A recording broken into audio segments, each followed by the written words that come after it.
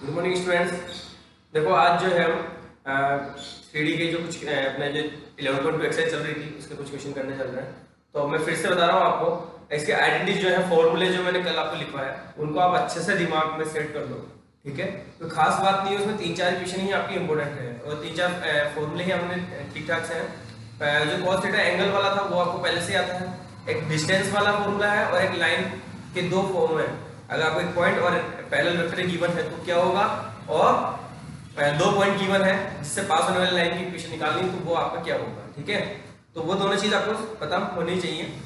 अब देखो यहाँ पे फिफ्थ क्वेश्चन जो है, फोर्थ क्वेश्चन मैंने कल आपको करने के लिए दिया था। Fifth question, find the equation of the line in vector and Cartesian form that passes through the point with position vector this and in the direction this. आपको पॉइंट दे रखा है और डायरेक्शन दे रखी है, बहुत सीधा सा है। आपको वेक्टर इक्वेशन और कार्टेशियन इक्वेशन दोनों निकालनी है। ठीक है, तो वेक्टर फॉर्म तो सीधा सा हम लिख लेंगे यहाँ पे। देखो पहले तो आपको पॉइंट ए आपको गिवन है, क्या है 2i - j + 4k। ठीक है, और पैरेलल वेक्टर जो वेक्टर बी आपको गिवन है, क्या है वेक्टर बी,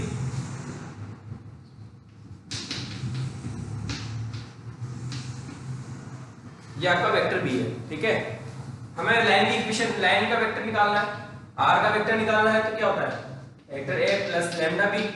तो सीधा सीधा आप आंसर लिख लो हमें, ये वेक्टर फॉर्म हो गया इसका।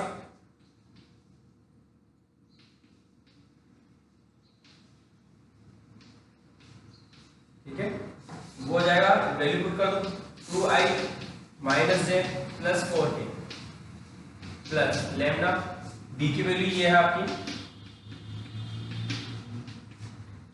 क्लियर। अब देखो कार्टेशियन फॉर्म के लिए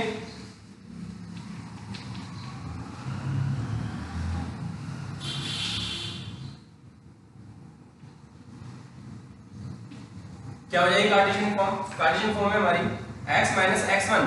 तो यहाँ पे कार्टेशियन फॉर्म के लिए x1 क्या है यहाँ पर, इनके कोऑर्डिनेट्स a पॉइंट a जो है आपका पॉइंट, उसके कोऑर्डिनेट्स तो क्या क्या है x1 y1 z1। यहाँ पे एक साथ लिख लो, वो है आपका 2 - 1 4। ठीक है, और direction ratios a b c क्या है, a b c इसके डायरेक्शन रेशियोज 1 2 -1। बस आप कार्टेशियन फॉर्म में चेंज करके लिख लो इसको। Then equation of line x - x1 is 2/1 y - y1,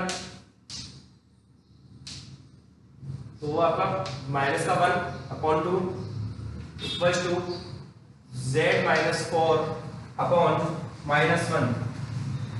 that's your answer. बस यही आपका आंसर है। ठीक है, आप चाहो तो -1 जो है लास्ट में उसका माइनस आप ऊपर से कॉमन निकाल दो तो 4 - z लिख सकते हो, उसको 4 - z/1 लिख सकते हो, या फिर ऐसे भी आप स्किप कर सकते हो, कोई दिक्कत नहीं है। ठीक है, तो यही आपके इसके आंसर है। तो लगभग ये सारी क्वेश्चन इसी पैटर्न पे है। 6th क्वेश्चन बोल रहा है, find the Cartesian equation of the line which passes through the point this and parallel to the given vector this.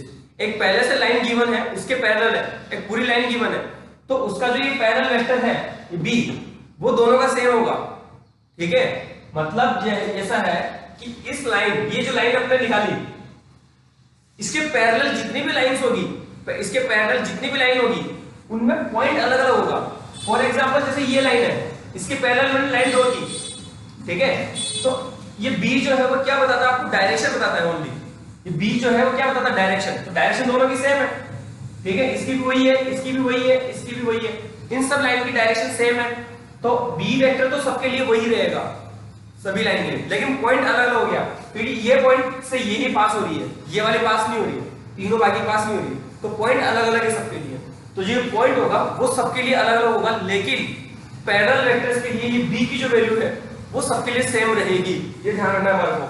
समझ में आया? इसका मतलब क्या है कि जो डायरेक्शन कोर्स रेशियोज है ABC, वो इसके पैरेलल लाइन के, ये इंपॉर्टेंट बात है समझने के लिए यहाँ पे, कि इस लाइन के जितने भी पैरेलल लाइंस होगी उन सबके डायरेक्शन रेशियो यही रहेंगे।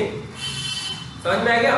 पॉइंट अलग अलग होगा, पॉइंट सबके लिए चेंज होगा, लेकिन डायरेक्शन रेशियो जो है वो सबके लिए सेम होगी, यानी कि ये जो वेक्टर बी है ये सबके लिए सेम होगी जो इसके पैरेलल है।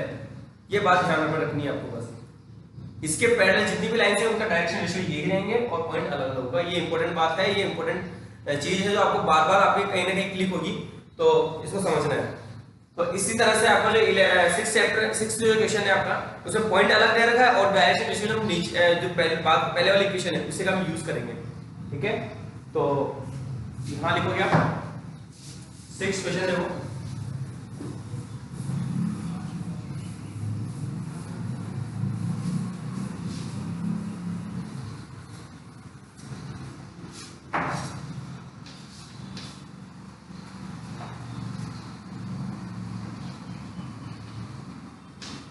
Equation of the line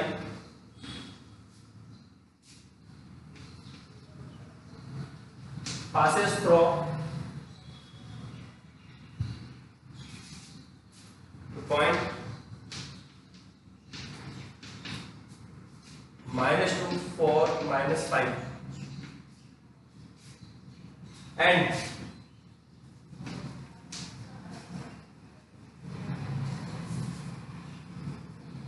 parallel to x plus 3/3 y minus 4/5 equals to z plus 8/6। यहाँ पे अब डायरेक्शन रेशियो से क्या हो जाएंगे, जो नई लाइन हम बनाएंगे उसके लिए पॉइंट तो आपका ये हो गया और डायरेक्शन रेशियो ये हो गया आपके 3, 5 और 6। लेकिन बेटा यहाँ पे एक चीज आपको ध्यान रखना है कि ये जो ऊपर आपके ये है वो ये पूरी लाइन जो है आपके स्टैंडर्ड फॉर्म में होनी चाहिए। ठीक है ना, जो इसकी स्टैंडर्ड फॉर्म है कि x minus something, y minus something और z माइनस समथिंग, इस तरह से ही होनी चाहिए। यहाँ प्लस होने का मतलब तो क्या हुआ कि ये जो पॉइंट है वो -8 है, तो उससे कोई फर्क नहीं पड़ता। लेकिन कहीं पर इस तरह से गिवन हो, मान लो कि यहाँ पे सपोज कि इस तरह से होती 4 माइनस y और आप यहाँ पे डायरेक्शन रेशियो जो है वो 5 ले लेते तो आपका ये रॉन्ग हो जाएगा। ऐसा क्वेश्चन आएगा आगे, ठीक है ना। तो यहाँ पहले इसको स्टैंडर्ड फॉर्म में लाना है, इसमें से माइनस कॉमन निकाल के और वो डिनोमिनेटर में लेके जाना है। तो अभी फिलहाल आप y -4 ही है तो y -4 ही है, ठीक है। तो y + 4 सॉरी y -4 ही, ठीक है। तो equation of the line is क्या हो जाएगी, Cartesian form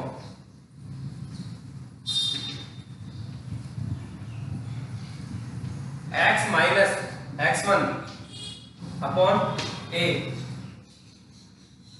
equals to y minus y1 upon b equals to z minus z1 upon 6। That's your answer, यही आपका आंसर है। कार्टेशियन फॉर्म में पूछा है, कार्टेशियन फॉर्म में तो ये आंसर हो गया आपका। क्लियर है। 7 the Cartesian equation of the line this right it's vector form, तो आप खुद लिख सकते हो उसके, ठीक है ना। आपके डायरेक्शन रेशियोज तो जाएंगे इसके ए बी सी की वैल्यू, यहाँ पे जो वेक्टर फॉर्म थी उसमें कैसे हो जाएगी 3i + 7j + 2k, ठीक है। और पॉइंट हो जाएगा आपका इसमें 5 -4 6, आप कर लोगे इसको। 8 find the vector and Cartesian equation of the line that passes through the point passes through the origin and 5 -2 3। दो पॉइंट गिवन है आपको यहाँ पे, ओरिजिन और ये पॉइंट, ठीक है। इन दोनों से पास होने वाली लाइन की इक्वेशन हमारे को फाइंड आउट करनी है। तो दो पॉइंट से पास होने वाली लाइन की इक्वेशन में फॉर्मूला है हमारे पास। शायद इसका जो नेक्स्ट क्वेश्चन है 9th क्वेश्चन, वो भी आपका इसी तरह से है। दो पॉइंट से पास होने वाली लाइन की वेक्टर इक्वेशन और कार्टेशियन इक्वेशन दोनों फाइंड आउट करनी है आपको, ठीक है ना। तो ठीक है, ये इसमें वेक्टर और कार्टेशियन दोनों फाइंड आउट करनी है। तो 8th में करवा रहा हूं, 9th आप खुद करोगे। क्लियर है। तो 8th क्वेश्चन देखो आप इसका,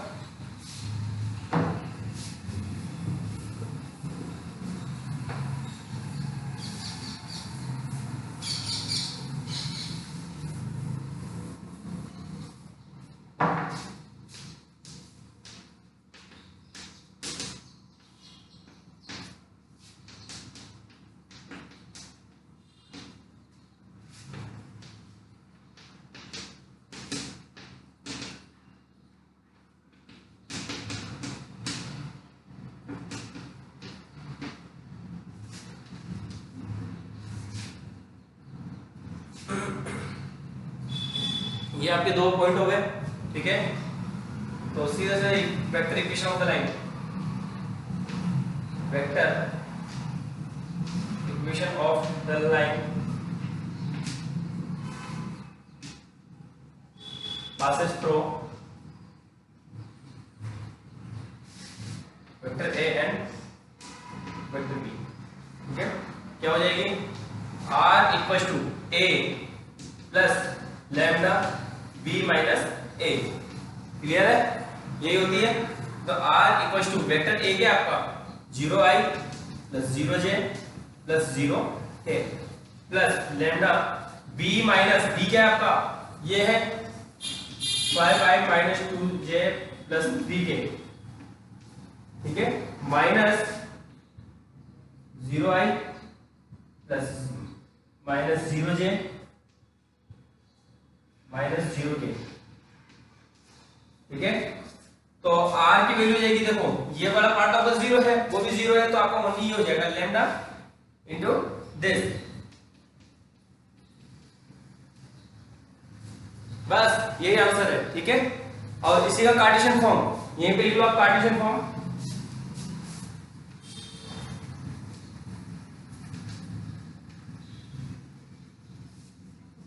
x minus 0 upon a, a कितना है आपका, a होगा 5 माइनस 0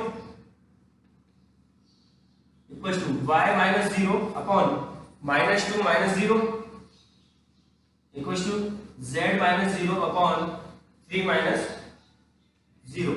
तो इंप्लाइज दैट, इसका मतलब क्या हो गया यहाँ पे आपका ये, if x upon 5 equal to y upon minus 2 equal to z upon 3, clear है। तो इस तरह से आपकी ये इक्वेशन कंप्लीट हो गई। सेम यही इसी पैटर्न पे आपका जो 9th क्वेश्चन है वो आप खुद करोगे, ठीक है। 10th क्वेश्चन आ रहा है आपका, find the angle between the following pair of lines. ये जो लाइन के पेयर दे रखे हैं आपको, इनके बीच का एंगल आपको फाइंड आउट करना है, ठीक है। तो एंगल का हमें यहाँ पे cos थीटा का जो फॉर्मूला है हमारे पास कि b डॉट a, वैसे एंगल जो है हमने फाइंड, इसमें भी अपने 10th चैप्टर में खूब फाइंड किया है, cos थीटा की वैल्यू वही dot product b dot b1 dot b2 upon b1 का मैग्नीट्यूड इनटू b2 का मैग्नीट्यूड, ठीक है। वो आप देखो, आप एक क्वेश्चन में करवा रहा हूं, बाकी आप नेक्स्ट क्वेश्चन आप खुद करोगे। तो देखो इसका 10,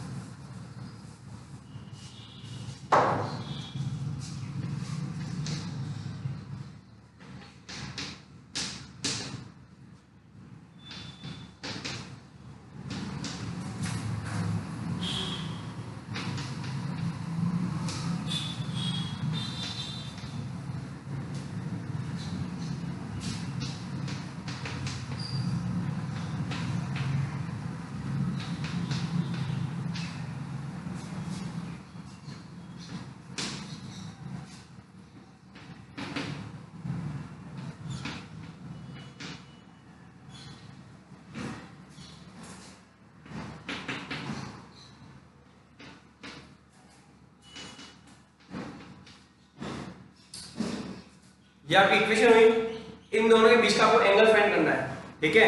तो ये b1 ये है, b2 ये है, इन दोनों का आपको डॉट प्रोडक्ट दिया a1 a2 plus b1 b2 plus c1 c2 upon इसका मैग्नीट्यूड अपॉन इसका इनटू इसका मैग्नीट्यूड, बस। तो यहाँ पे डायरेक्ट आपको लिखना है cos थीटा, या आप एक बार लिख लो b1 इक्वल टू क्या है 3i plus 2j plus 6k, और b2 इक्वल टू क्या है आपका i plus 2j plus 2k, ठीक है। तो cos थीटा इक्वल टू हो जाता है यहाँ से b1 dot b2 upon vector लगा लेना upon magnitude of b1 into magnitude of b2, ठीक है। तो देखो इन दोनों का डॉट प्रोडक्ट किया मैंने, तो 3 into 1 3 2 into 2 प्लस 4 और ये आपका 12 अपॉन इसका मैग्नीट्यूड 9 प्लस 4 प्लस 36, इसका मैग्नीट्यूड 1 प्लस 4 प्लस 4। तो ये आया हमारे पास, देखो कितना